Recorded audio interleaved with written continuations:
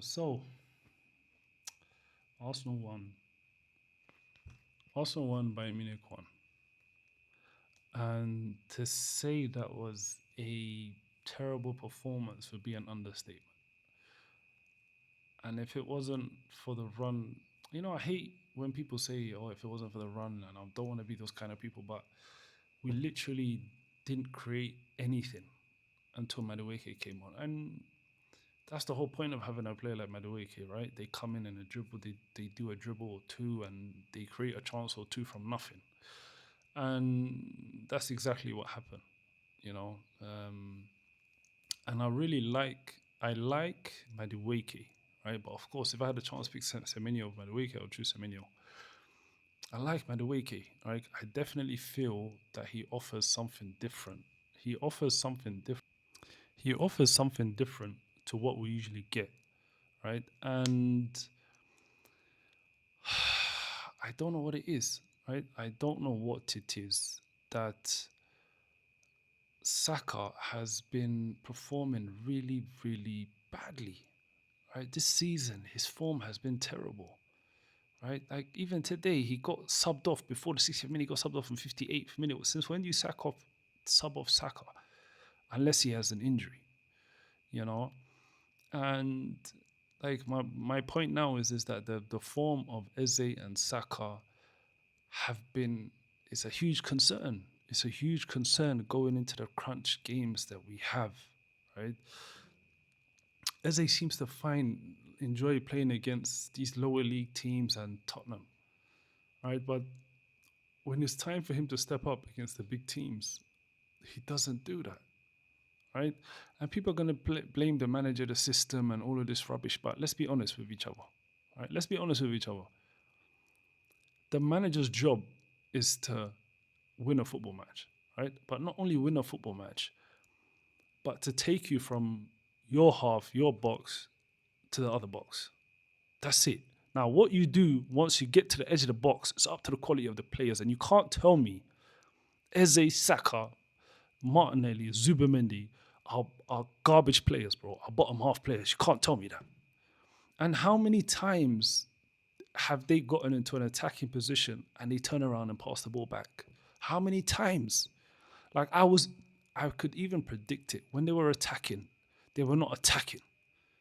They were, how do you say, giving a false impression that they were attacking, and then they would turn around and pass it back. You have a player who's free in the middle of the pitch, but instead of passing it to him, what do? You pass it back. What is the reason? I don't understand what is the reason. And people can blame the manager all they want. Do you think the manager is telling them when you're in an attacking position to pass it backwards?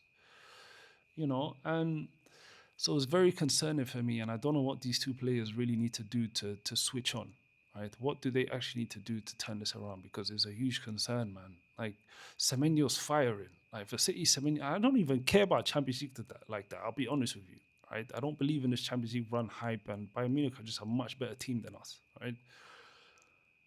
I don't really care about Champions League, right? But when you look at the Prem and you see the quality and attack that City have, right? They have Shirky, they have Bernardo Silva, they have Semenyo, they have Marmoush, they have Savinho, who's garbage. Anyway, I'm not even going to count him. And the decisiveness that they have, right?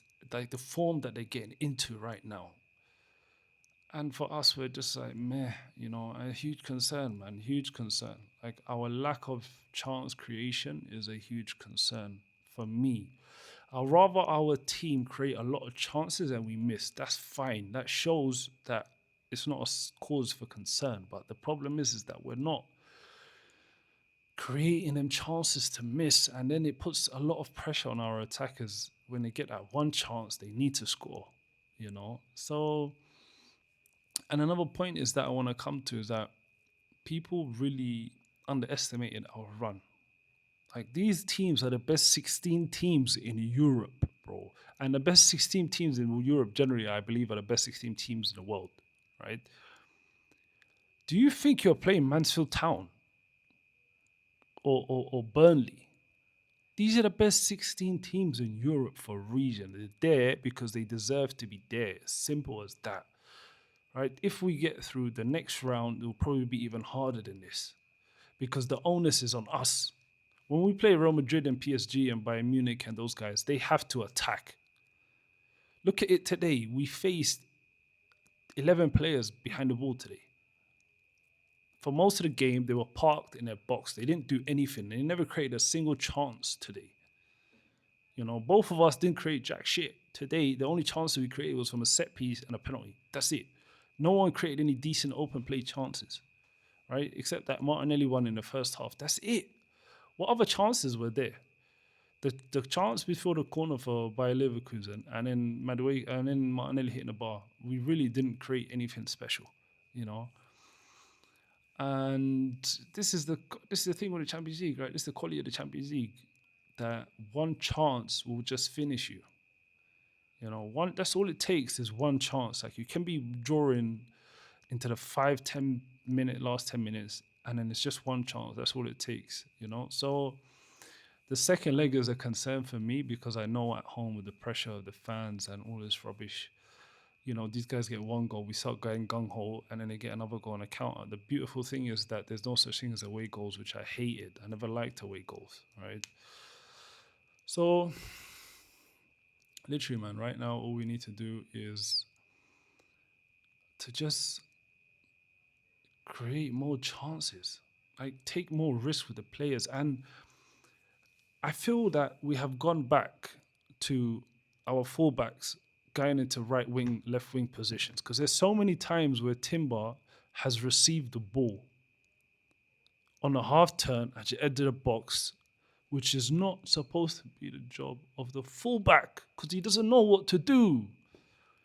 And he's not even an attacking fullback. If you're giving that ball to Marcelo or you're giving that ball to Dani Alves, fair enough.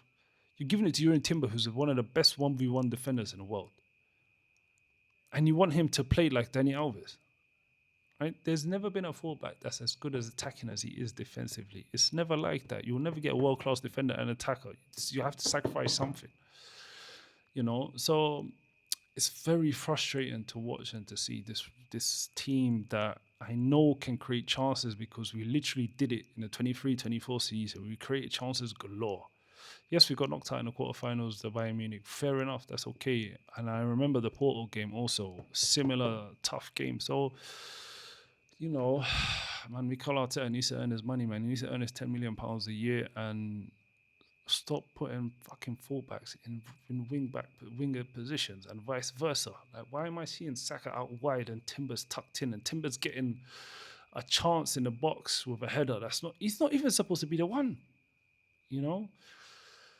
So yeah, man, I'm looking forward to the second leg next week. Big game against Everton coming up in between. And then we've got the Carling Cup final or Carabao Cup final, man. Oh my days, man. Like our form is taking a dip at the worst freaking time, man. At the worst time, but we push.